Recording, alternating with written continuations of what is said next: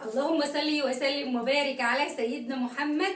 حبيبي يا رسول الله، صباح الفل، صباح الورد، وصباح التفاؤل، صباح الهنا على عيونكم احلى متابعين مطبخ سحر. ازيكم عاملين ايه؟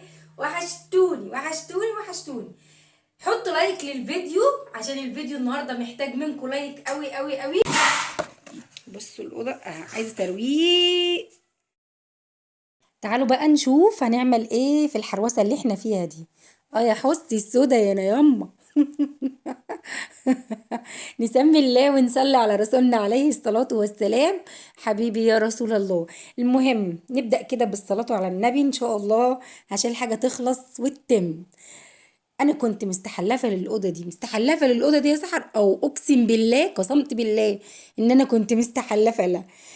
بالليل، بالليل قبل قبل ما انام كده بصيت عليها كده ورحت داخله نايمه.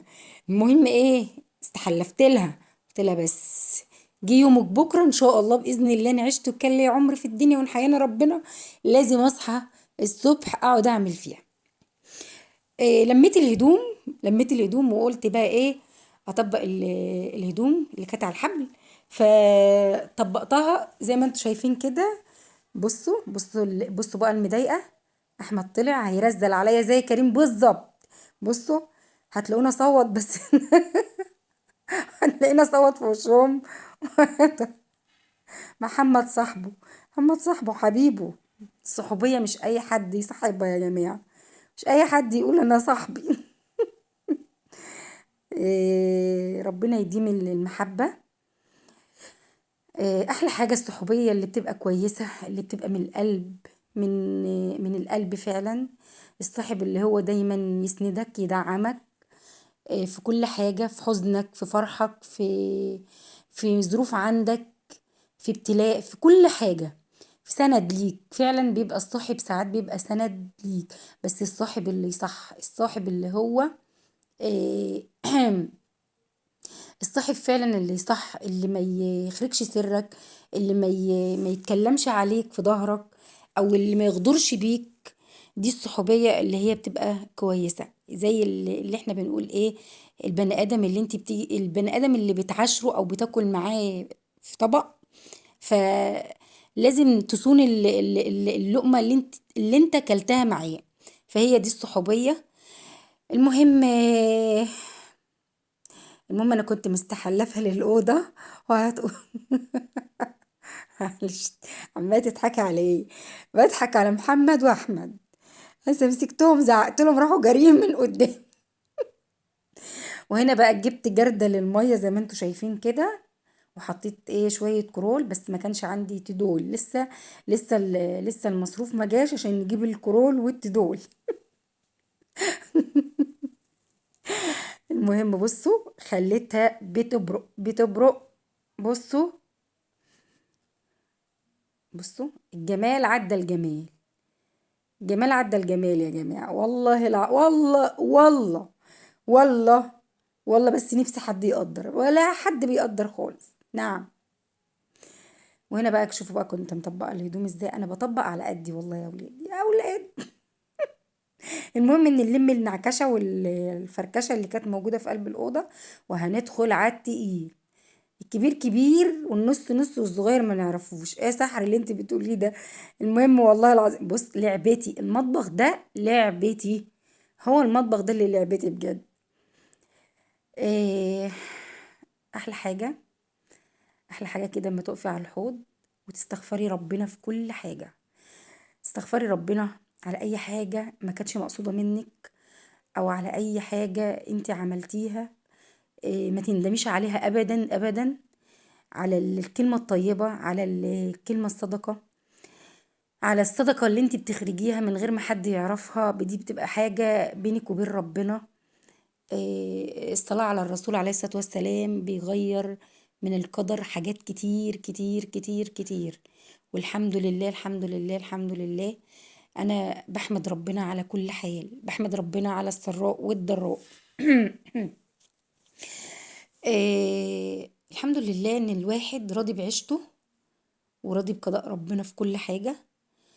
حبوا بيوتكم، الست اللي هي ما تحبش بيتها يبقى يعني، لا، حبي بيتك، حبي ولادك، حبي اصلا، حبي امك، ابوكي، اخواتك، صحابك، حبي الناس اللي انت، حبي جوزك، حبي كل حاجة انت بتحبيها عشان ربنا يرضى عنك. طالما بتحبيهم وبتحبي كل ده، اعرفي ان انت هتديهم ما في طاقتك، يعني كل الحلو كله هتخرجيه.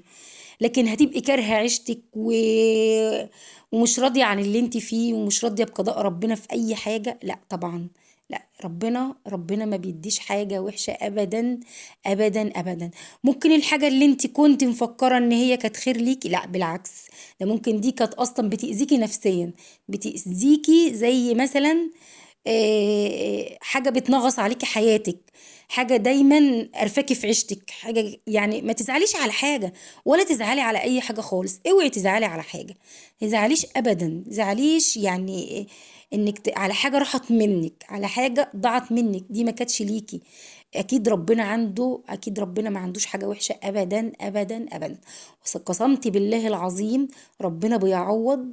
لو البني آدم صبر على الابتلاء، على عيشته، ما بصش لعيشة غيره.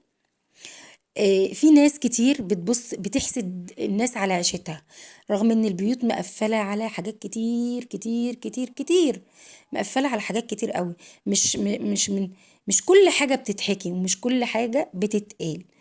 في حاجات كتير احنا بنخبيها وما بنرضاش نقولها، ما بنحبش نتكلم فيها. لا، بس انا بقول لكم نصيحة مني، الاخت لاخواتها، صدقيني اوعي تزعلي على حاجة او تندمي على حاجة انت عملتيها، او بتدي حاجة انت يعني عشان تسعدي اللي حواليكي. فاكيد اكيد اكيد ربنا شايل لك حاجة احسن وحاجة كويسة. والله والله والله، قسما بالله العظيم، ربنا بيعوض بأي حاجة انت خسرتيها، اي حاجة. بصي، انت خسرتي اي حاجة يعني، هقولك ايه، لو خسرتي اي حاجة ربنا بيعوضك بيها بالاحسن، وبالاحسن كمان. انت دي حبيت حبيت اتكلم حبيت اتكلم لان انا لما بقف على الحوض بستغفر ربنا في حاجات كتير. والله والله والله انا راضية على عيشتي والحمد لله، وحاسة ان ربنا هيكرمني وربنا هيعوضني عن كل حاجة انا اتوجعت فيها او اتحرمت منها. فان شاء الله باذن الله، ان شاء الله حقي، او اي حد ظلمني او جه عليا، اكيد اكيد اكيد ربنا هيجيب لي حقي. فهنا بقى مسكت البوتاجاز، غسلته، قلت له تعالى بقى بالمره، عشان كان متدهور برضه. فقلت بس والله العظيم انا كل يوم مع دعاكي المواعين بقوم غسلاه. والله يا جماعه، البنات الشاطره، البنات اللي هي الحلوه النظيفه، اللي ما تسيبش بوتاجازها وسخ ابدا، او يتحرق، او يتلسع، او اي حاجه. طول ما انت ايدك في الحاجه، اعرفي ان الحاجه هتبقى معاكي عمرها طويل. انا كان عندي بوتاجاز، آه، والدي كان مدخلني ببوتاجاز، احكي لكم بقى، كان مدخلني ببوتاجاز بخمس عيون كريازي، خمس عيون يا سحر، او اقسم بالله بخمس عيون. من كام سنة، أقول لكم من كام سنة، من حوالي يعني أنا ابني دلوقتي عنده، مش هكدب، عنده يجي 23 سنة، حوالي يقولوا البوتاجاز ده عنده يجي 24 سنة دلوقتي. قسما بالله العظيم، البوتاجاز ده لحد هذا الآن الوش بتاعه ما فيهوش حاجة محروقة ولا حاجة ملسوعة. بس جه في يوم لقيته، كنت أنا قاعدة في الصلاة، وكانت ملك بنتي بتولعه، راح هابب، يكفينا الشر كده، راح هب كده، لقيت الولعة خرجت قلت لا. وعلى ايه؟ ايه رأيكم؟ ايه رأيكم في الجمال عدى الجمال. بصوا، بصوا، لقيته هب بقى زي ما انتوا شايفين كده، زي ما قصدي زي ما انتوا كده، خفت بصراحة. فكنت بنجيب الأجهزة بتاعت فاطمة، فالحمد لله يعني جبت لي واحد. ايه رأيكم في الصلاة في الريسبشن والصلاة التانية؟ بصوا بصوا بقى، الواحدة لما بيكون عندها، انا ما صورتش طبعا معاكم، انا كنت لسه مصورة الريسبشن ده من قيمة يومين كده. وعملت هنا بقى الغدا، بس ما صورتش معاكم الغدا. لايك وشير، واللي ما اشتركش في القناة